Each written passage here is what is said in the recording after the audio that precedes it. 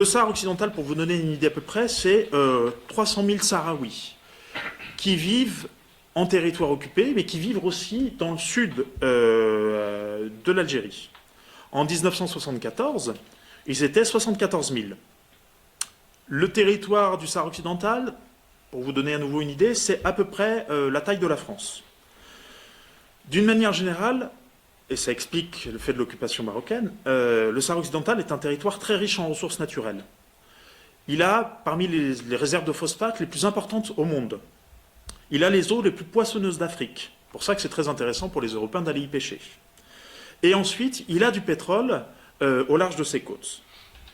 Alors, au plan de la géographie, je ne sais pas si vous arrivez à voir le petit pointeur rouge.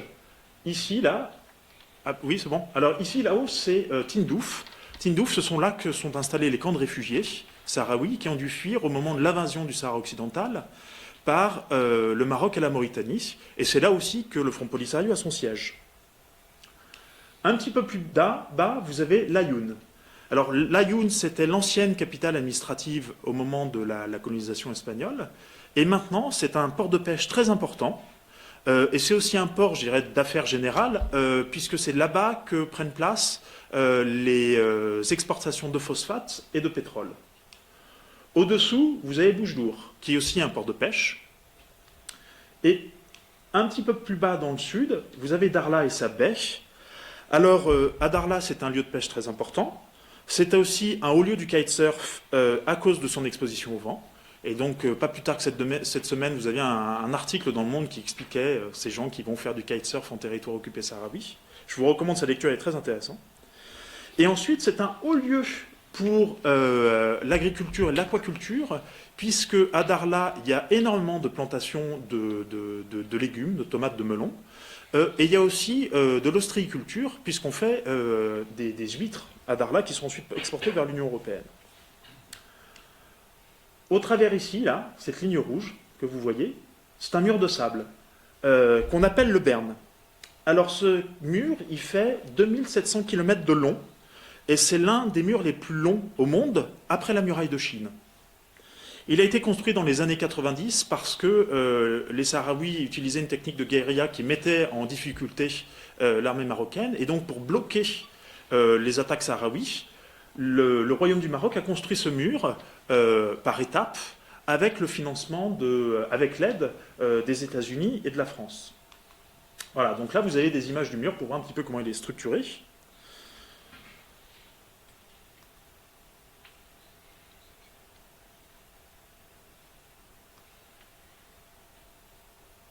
Ah, donc on voit bien ces strates. Là, vous avez une carte qui font voir les étapes dans la construction, en fonction des périodes. Et donc, ce mur, au début, il fallait évidemment du personnel, il fallait des militaires pour le surveiller. Et donc, c'était extrêmement compliqué. Ce qui explique qu'il y a énormément de mines du côté sahraoui du mur, parce qu'il fallait empêcher les intrusions sahraouis. Donc de ce fait, le territoire du Sahara occidental est un des territoires les plus minés au monde. Les chiffres, ça serait à peu près 5 millions de mines antipersonnelles. Maintenant, il y a de l'équipement électronique pour surveiller le mur, mais le coût reste exorbitant. Parmi les chiffres qui circulent, que vous trouvez sur Internet, on parle de 2 millions de dollars de manière journalière pour pouvoir assurer l'entretien des troupes, le financement de l'électronique, donc qui sert à l'occupation.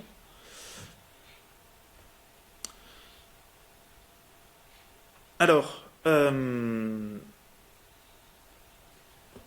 pour revenir maintenant un petit peu sur l'histoire du Sahara occidental, à nouveau pour que vous compreniez bien la problématique, on peut diviser l'histoire du Sahara occidental en deux périodes, l'histoire proche.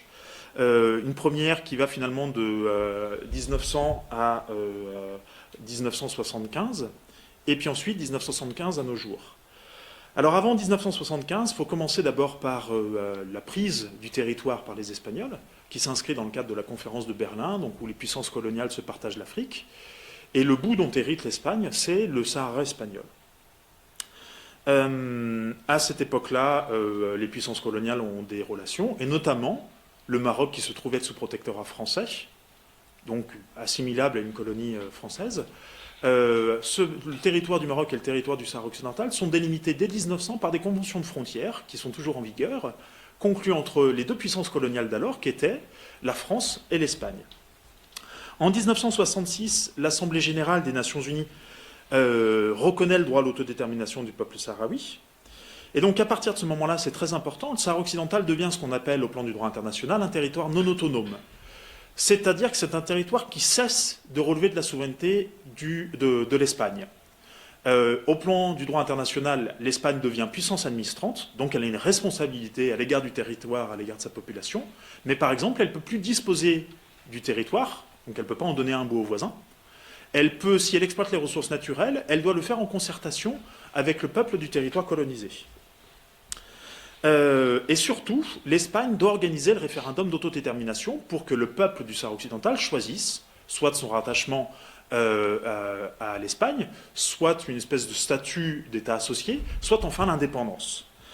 En mai 1973, le Front Polisario est constitué parce que l'Espagne traîne des pieds pour organiser le référendum d'autodétermination.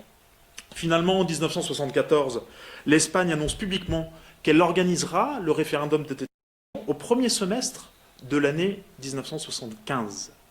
Et donc c'est là que tout bascule, parce que fin 1974, in extremis, le Royaume du Maroc et la Mauritanie obtiennent de l'Assemblée générale des Nations unies qu'elle demande un avis consultatif à la Cour internationale de justice, et en lui posant deux questions, parce que le Maroc contestait en fait le statut de territoire non autonome, et il estimait que c'était à lui que ça devait les revenir, en posant deux questions à la Cour, qui étaient de savoir est-ce que, au moment où l'Espagne prend le territoire, donc au moment de la conférence de Berlin, est-ce qu'il est exact que le territoire du Sahara occidental est une terra nullius, c'est-à-dire un territoire sans maître qui est susceptible d'acquisition par le pouvoir colonial?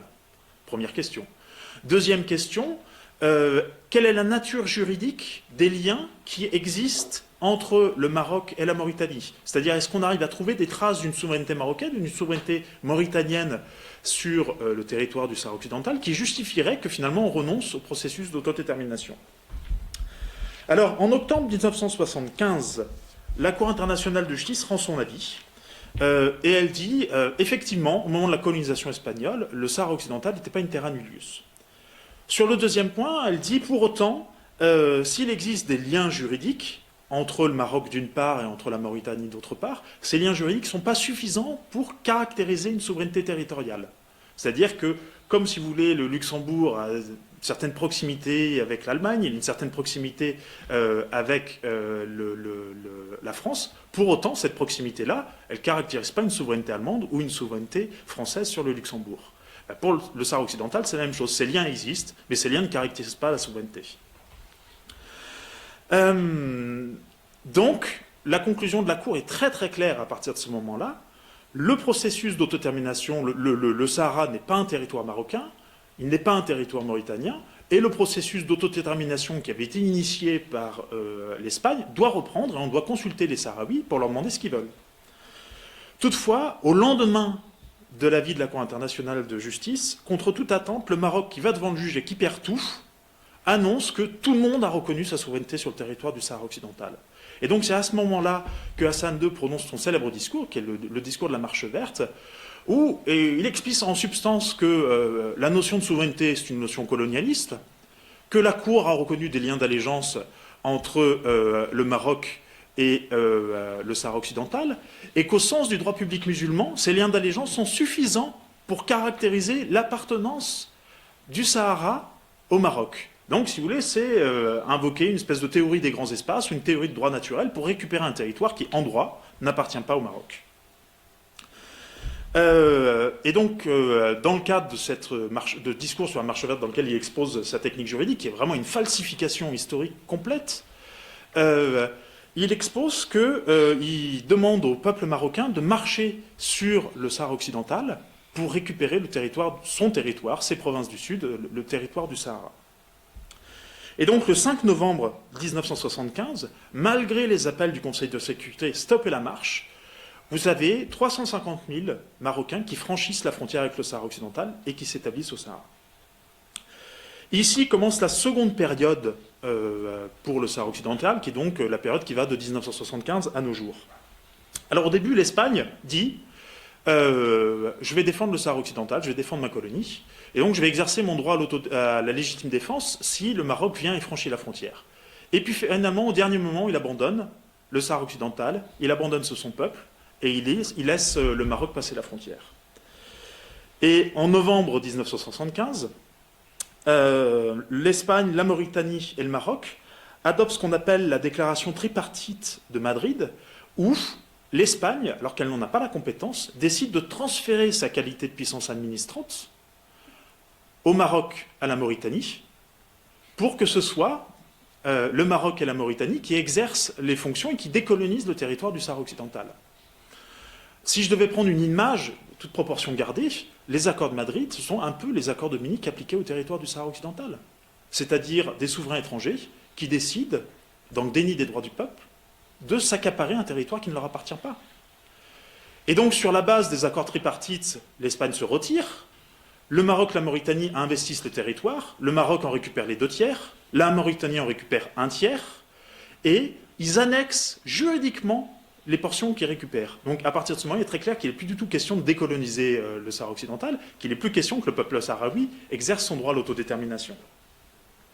Ce qui se passe à cette époque-là, à nouveau pour vous donner une image, on peut dire que ce qu'a fait Israël à l'égard de Jérusalem-Est, en décidant la réunification et donc l'annexion de jure de Jérusalem-Est, le Maroc, la Mauritanie décident de le faire à l'égard de l'ensemble d'un territoire. À ce moment-là, évidemment, les Sahraouis décident de se défendre, et donc on a un conflit armé qui éclate entre le Front Polisario d'une part, soutenu par l'Algérie, et la Mauritanie et le Maroc d'autre part. Alors, en 1975, la Mauritanie, assez affaiblie, finalement, finit par renoncer à ses prétentions territoriales. Elle signe un traité de paix avec le Polisario où elle renonce à ses prétentions territoriales sur le Sahara occidental. Et le Maroc, lui, en réponse, il décide de récupérer la partie délaissée par les Mauritaniens. En 1979 et en 1980, par 2 fois, l'Assemblée générale des Nations unies condamne l'extension par le Maroc de son occupation du Sahara occidental, lui demande de se retirer, et ensuite, et ça c'est un fait très important dans notre procédure à nouveau, il reconnaît le Front Polisario comme seul et unique représentant du peuple sahraoui. Ça veut dire très concrètement que maintenant, quand il faudra parler de la décolonisation du Sahara occidental à quelqu'un, c'est au Front Polisario qu'il faudra s'adresser. Alors que le Maroc aurait dû décider de se retirer, à la place, il décide de construire le mur, dont vous avez l'image là, pour bloquer et essayer de gagner le conflit armé. Finalement, on entre dans une période où le rapport de force plus ou moins s'équilibre et on n'arrive plus à dire qui va gagner sur l'autre. Donc en 1988, le Front Polisario et le Maroc décident de conclure un plan de règlement sous les auspices de l'Organisation de l'Unité africaine, qui est endossé par le Conseil de sécurité en 1991. Ce plan de règlement, il repose sur 2 axes. Le premier, d'abord, c'est un accord de cessez-le-feu. Et le deuxième, c'est la tenue du référendum d'autodétermination du Sahara occidental, en donnant 2 options au peuple sahraoui, qui doit être consulté. La première, c'est l'indépendance, et la seconde, et là c'est la novation du plan de règlement, c'est le rattachement éventuel au Maroc.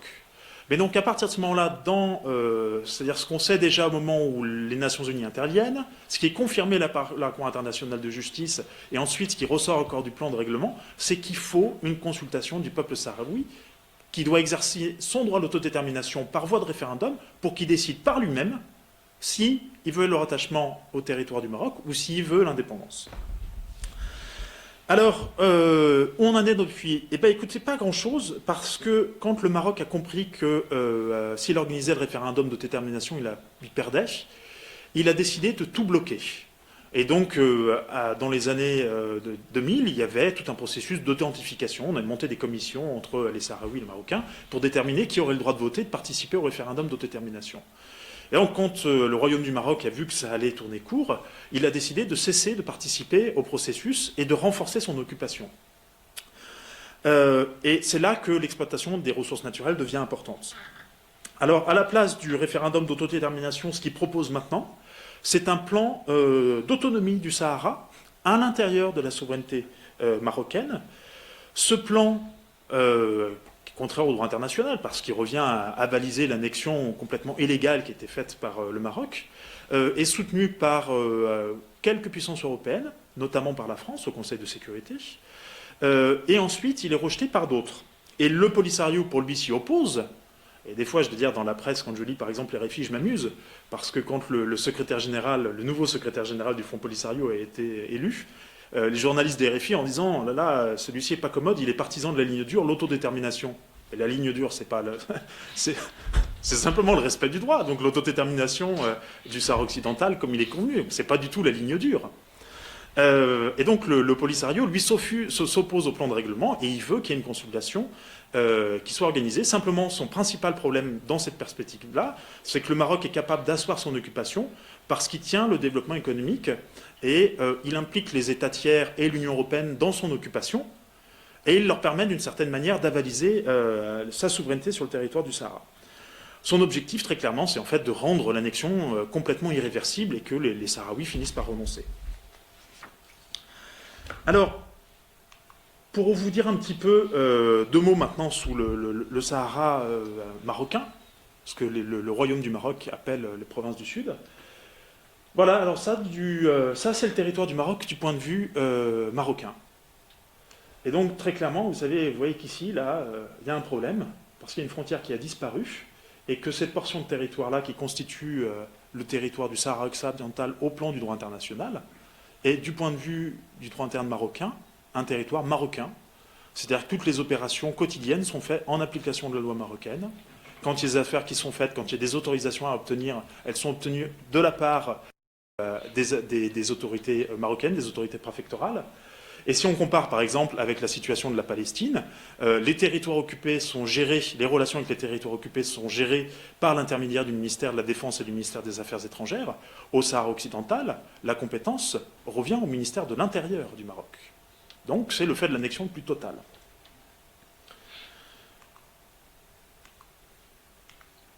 Alors, bon, petit problème de carte, ça n'a pas d'importance. Pour vous parler un petit peu maintenant de l'économie en territoire occupé, dans les provinces du sud du Maroc, un tiers du foncier appartient à l'État. Ensuite, le roi, par l'intermédiaire d'une société qui s'appelle le Domaine, est le plus grand propriétaire terrien. C'est le principal homme d'affaires, si vous voulez. Dans les provinces du sud, c'est un petit peu Disneyland, puisqu'on ne paye pas d'impôt sur les sociétés, pas de TVA et pas de droit de douane sur les exportations. Donc c'est une zone franche en pratique. Depuis 1999, l'Aïoun est devenu le plus grand port du Maroc. À Darla, donc c'est la baie que je vous ai fait voir tout à l'heure, les exploitations agricoles sont toute la propriété du roi, par le biais de sa société, ou d'investisseurs étrangers essentiellement français. Aucune des exploitations agricoles n'appartient aux Sahraouis. Et la majorité de la manœuvre vient du Maroc, ce sont des colons marocains qui viennent là pour travailler dans les plantations. L'agriculture au Sahara occidental, c'est un modèle très particulier, puisque c'est un modèle qui est essentiellement tourné vers l'exportation. 95% de la production agricole du Sahara occidental va à l'export, ce qui laisse 5% pour la population locale. Donc on voit vraiment le fait d'un État qui a annexé un territoire pour ensuite permettre aux opérateurs privés de faire leurs affaires. Parmi ces 95%, comme je le disais tout à l'heure, le gros va vers l'Union européenne. À Darla, évidemment, vous imaginez, on est dans le désert, donc ça ne tombe pas sous le bon sens de faire pousser des tomates et des melons. Il se trouve qu'en faisant des inspections, on a trouvé des nappes phréatiques fossiles, et donc les exploitants là-bas puisent très profond pour avoir accès à cette eau, qui sert ensuite à irriguer les plantations, et puis quand une nappe est épuisée, c'est pas grave, on change et on va se mettre un petit peu plus loin. La problématique, c'est que quand ces nappes disparaîtront, bah, il y aura de gros soucis d'eau potable au Sahara occidental. Et évidemment, ça hypothèque l'avenir des Sahraouis le jour où ils récupéreront leur territoire. L'autre chose aussi, c'est que des fois, quand on discute un petit peu, on nous dit oui, mais finalement, le Royaume du Maroc fait rien de méchant, il fait pousser des tomates là-bas, c'est pas grave. Oui, sauf qu'on est dans une ressource qui est renouvelable, l'agriculture, mais qui repose sur un modèle d'exploitation non renouvelable, puisqu'il puise dans des nappes phréatiques qui, elles, ne le sont pas. Les affaires au Sahara occidental sont très bonnes, puisqu'entre 2002 et 2009, la production a augmenté de 2800%. Donc vous avez vraiment derrière un modèle économique d'investissement, qui d'ailleurs se situe dans le cadre du plan de Maroc vert. Je vous ai mis cette photo parce qu'elle est assez intéressante de ce qu'on voit là-bas. Alors donc à Darla, on fait essentiellement pousser des tomates et des melons donc de Charente. Et donc ici, vous avez l'image d'un melon qui vient de Darla. Alors pourquoi est-ce qu'il est intéressant? Parce que d'abord c'est un melon charentais qui vient du Maroc. Moi ça me surprend toujours un peu. Ensuite, Darla, je vous l'ai fait voir sur la carte, c'est implanté au Sérissoir en territoire sahraoui, c'est une ville sahraoui. Or ici on nous dit, c'est un produit qui vient du soleil du Maroc. Premier problème. Ici vous avez l'origine, Darla. Et donc ici, vous avez la société Idil, et la société Idil, c'est une des sociétés françaises qui est implantée là-bas. Donc là, vous avez vraiment la preuve du crime. Voilà ce que concrètement ça veut dire l'exploitation des ressources naturelles du Sahara occidental et ensuite leur exportation vers le territoire de l'Union européenne. Et ces melons-là, on les trouve en France, on trouve aussi beaucoup de tomates cerises. C'est exactement la même problématique que pour les produits qui viennent des colonies de peuplement en Cisjordanie occupée, sauf que personne ne le sait.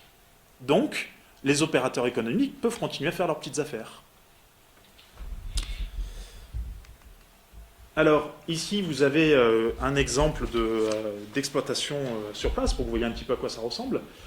C'est donc une photo du désert située à côté de Darla. Et donc ici, vous avez une première exploitation qui s'implante, pour vous donner un petit peu une idée.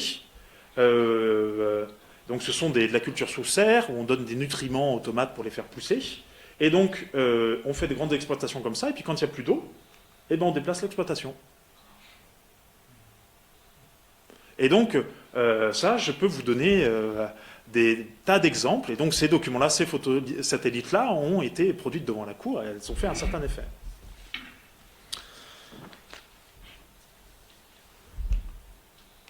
Alors, si on en vient maintenant au Sahara occidental, dans le cadre des relations Union européenne-Maroc, je dirais que la problématique de l'occupation du Maroc, l'occupation du Sahara occidental par le Maroc, ça devient une problématique européenne à partir du moment où l'Espagne devient État membre des communautés économiques européennes en 1987. À ce moment-là, le contexte, si vous voulez, c'est donc les accords de Madrid qui sont conclus par l'Espagne, qui décide de se retirer complètement illégalement, et accorde ces accords de Madrid, ce qu'on appelle des accords secrets. Parce qu'évidemment, les Espagnols étaient un petit peu gourmands, ils voyaient leur ancienne colonie partir, qu'ils ne voulaient pas défendre. Par contre, ils ont obtenu un deal avec l'occupant marocain et l'occupant mauritanien, qui est celui de pouvoir continuer à exploiter les ressources naturelles du Sahara occidental. Et donc, jusque très longtemps, le Royaume d'Espagne a eu des intérêts dans l'exploitation du phosphate sahraoui.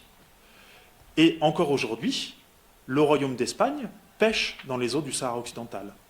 En pratique, le gros de l'économie dans les îles Canaries, vous verrez, les Canaries sont vraiment situées en face du Sahara occidental, le gros de l'économie tient sur place, parce qu'il tient par la pêche, et cette pêche est possible parce que les marins-pêcheurs espagnols vont dans les eaux du Sahara occidental prendre le poisson sahraoui, et ce poisson sahraoui leur est vendu par le Royaume du Maroc, qui leur donne des droits de pêche. Alors, ces accords de secret, c'est la problématique en 1987, quand l'Espagne devient État membre de l'Union européenne. Et au moment où l'Espagne adhère, il y a une période de flottement. Et donc à cette époque-là, il y a un choix politique à faire par l'Union, qui serait celui de dire l'Union européenne succède en quelque sorte à l'Espagne pour ses relations économiques extérieures, pour sa politique de pêche, ce qui était le cas à l'époque pour l'égard des autres États membres, mais par contre, il ne reprend pas l'intégralité des accords qui sont conclus par lui, et notamment ne veut pas des accords conclus avec le Maroc, parce que ce sont des accords qui sont illégaux au plan du droit international. La problématique, c'est que derrière, comme je vous l'expliquais, il y a cette économie des Canaries qui dépend de la pêche dans les eaux du Sahara occidental. Et donc l'Union européenne, plutôt que de faire le bon choix, décide de succéder au Royaume d'Espagne dans ses accords à l'égard du Royaume du Maroc, et de continuer les affaires, et donc de continuer aux navires espagnols, maintenant devenus des navires européens, à pêcher dans les eaux du Sahara occidental. Et donc, depuis cette époque-là, il y a un jeu très malsain qui se noue entre l'Union européenne et le Maroc, parce que, évidemment, pour le Maroc, conclure des accords avec l'Union européenne qui sont applicables au territoire du Sahara occidental ou à ses eaux, c'est très pratique, parce que ça veut dire que c'est une manière de maintenir l'occupation, parce qu'il y a la manne financière qui vient avec. C'est une manière aussi de dire aux autres, regardez, l'Union européenne reconnaît qu'on est chez nous. Sinon, ils auraient dit qu'ils ne voulaient pas que l'accord s'applique au territoire du Sahara occidental. Et pour l'Union européenne, c'est une manière d'avoir accès aux ressources naturelles sahraouies.